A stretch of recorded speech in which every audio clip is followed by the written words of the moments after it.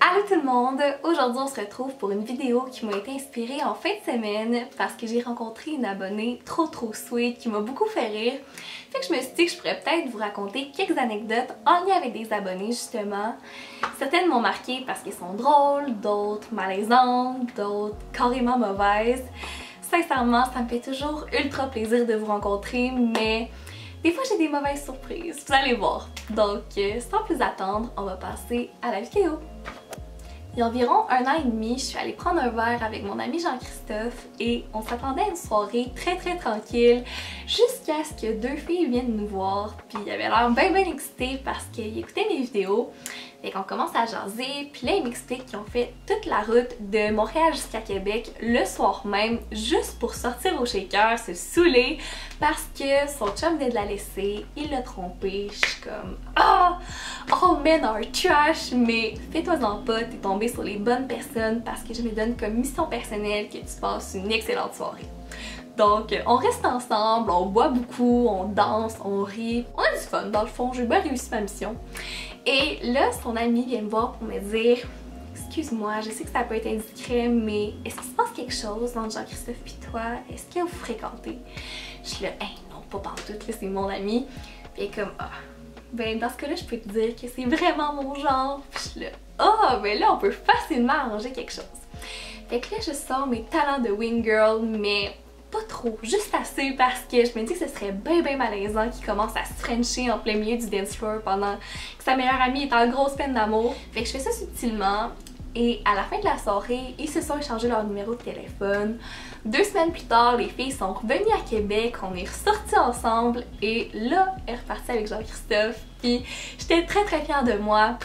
Et depuis ce temps-là, ben, je les follow sur Instagram, ils étaient trop fines. Ces situations-là, c'est tellement les meilleures, là, parce que, veux pas, si on a la même âge, que vous écoutez mes vidéos, c'est sûr qu'on a une tonne de points communs. J'ai aucun doute qu'on sera amis dans la vie, c'est juste que ça prend un contexte particulier, et ça, ben, ça en était un bon. Après le show de Logic au festival d'été, je me promenais sur Grande Allée et un gars est venu me demander une photo. Donc j'accepte avec grand plaisir, je me pose pas trop de questions. Ça a duré littéralement 15 secondes. Là. Je suis allée vivre ma vie par la suite.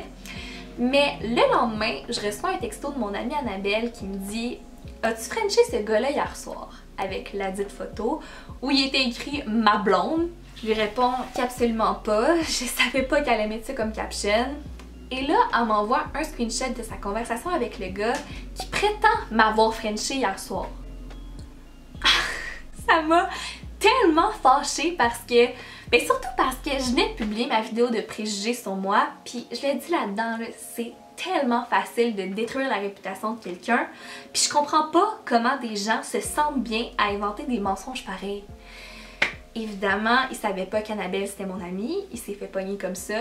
Et d'ailleurs, sa réponse, quand elle le call bullshit, c'était juste de la bloquer sur Snapchat. Très intelligent. Mais si c'était pas d'elle, ça se serait pas rendu à moi, puis toutes les personnes à qui il a raconté cette histoire-là l'auraient cru sur parole, parce que, oui, il y en a eu plusieurs. J'étais tellement frustrée sur le coup que j'ai fait un petit rant en story, et il y a 2 filles qui m'ont écrit pour me dire qu'ils avaient eu la même histoire. J'ai capoté.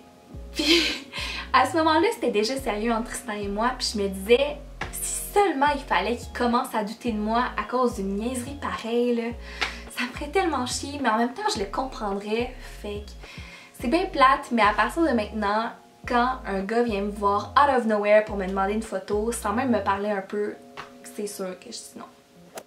Je marchais tout bonnement dans ma rue quand je me suis fait dépasser par 2 filles à vélo. Puis quand j'ai fait un eye contact avec l'une d'entre elles, j'ai eu le feeling qu'elle m'avait reconnue parce qu'elle a tout de suite chuchoté à son amie, ils se sont retournés 2-3 fois, puis ils ont pédalé un peu et ont décidé de s'arrêter.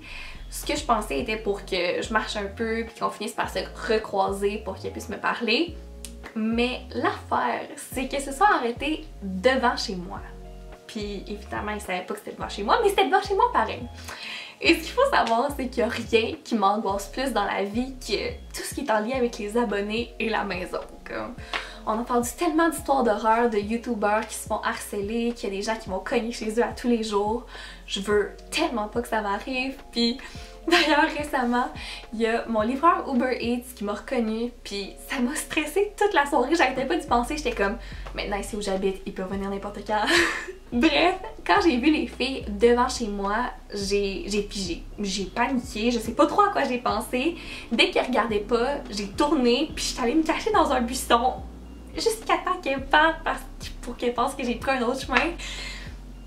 Je sais, c'est niaiseux, j'aurais tellement dû faire l'inverse, continuer, leur jaser, puis prétendre que c'est pas chez moi après, mais j'y ai pas pensé, ok? Mon instinct de survie a embarqué, puis meilleure chose la prochaine fois, j'imagine. Comme vous le savez peut-être, j'ai fait quelques vidéos du type « Je révèle vos secrets », et il y a un de vos secrets qui m'a un peu tourmentée, je dois dire.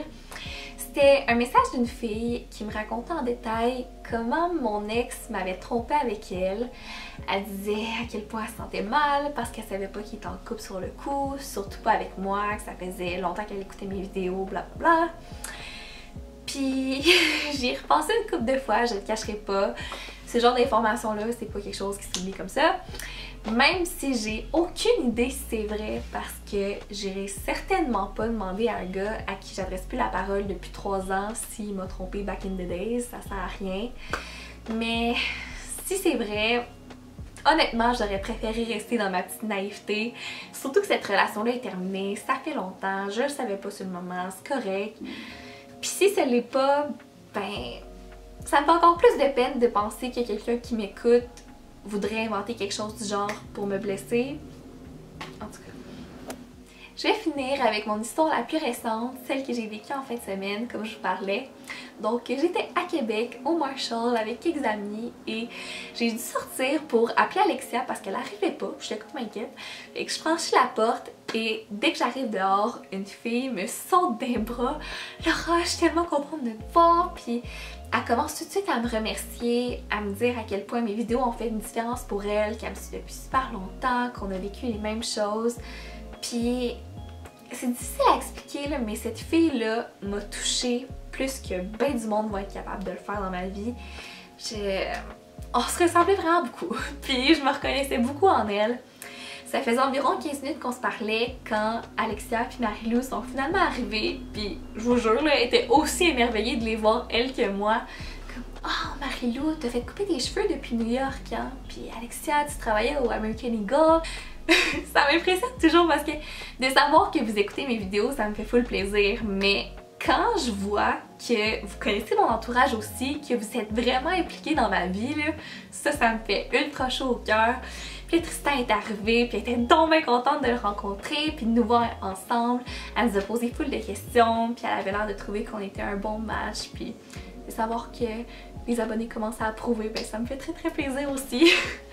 Puis finalement, on est resté une bonne demi-heure de plus les trois ensemble à jaser de tout pis de rien, de How I Met Your Mother qu'elle a commencé à écouter parce que j'en parlais beaucoup, de ses relations amoureuses, on essayait d'y donner des conseils le mieux qu'on pouvait, d'astrologie, je vous jure, on avait plein d'intérêts communs. Puis à un moment donné, je suis comme... Colin, ça fait 45 minutes qu'on jase dehors, tu sais, ça te tenterait pas de rentrer? Ouais, mais j'ai peut-être 17 ans, mettons. Puis nous, on était comme, ah, c'est pas grave, voyons, viens entre nous autres, ça va passer comme dans du beurre, tu vas voir. Fait qu'on descend au bar, puis en effet, personne n'a vu ça aller.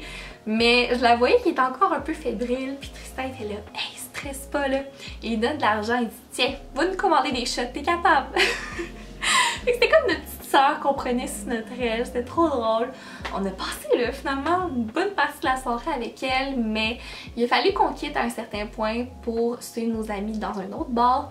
On était comme, viens avec nous là, on va te payer ton taxi pour revenir. Puis finalement elle est pas venue, mais c'était tellement le fun.